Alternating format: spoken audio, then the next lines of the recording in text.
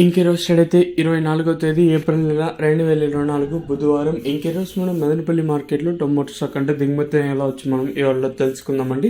అంటే దిగుమతి నేడిపైన ఎక్కువగా వచ్చిందా లేదా తక్కువగా వచ్చిందా వీటన్ని ఎవరిలో తెలుసుకుందామండి. తెలుసుకునే ముందు ఇంకా మన ఛానల్ సబ్స్క్రైబ్ చేసుకోలేదు, ఇంకెందుకు ఆలస్యం ప్లీజ్ లైక్ ప్లస్ సబ్స్క్రైబ్ చేసుకోండి. ఇంకా విషయానికి వస్తే తెలిసిందే కదా, మదనపల్లి మార్కెట్లో సుమారుగా ఒక 29 మండీలు ఇంకా 31, 32, 33 అయితే ఉన్నాయి. ప్రస్తుతానికి అయితే కేవలం కొన్ని మండీలకు మాత్రమే దిగుమతులు అయితే వస్తున్నాయి.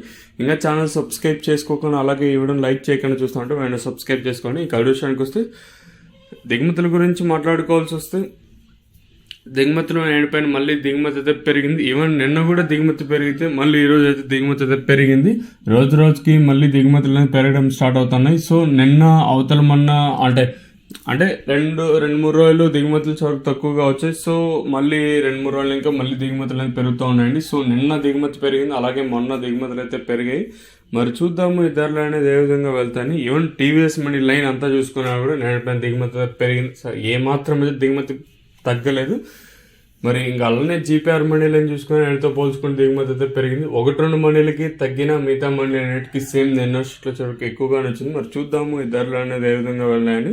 నిన్న అంగళ్ళ మార్కెట్ అయితే డౌన్ అయింది. సో అదే ఎఫెక్ట్ కూడా మన మదనపల్లి మార్కెట్ మీద పడుతుందని అయితే చూడాలి.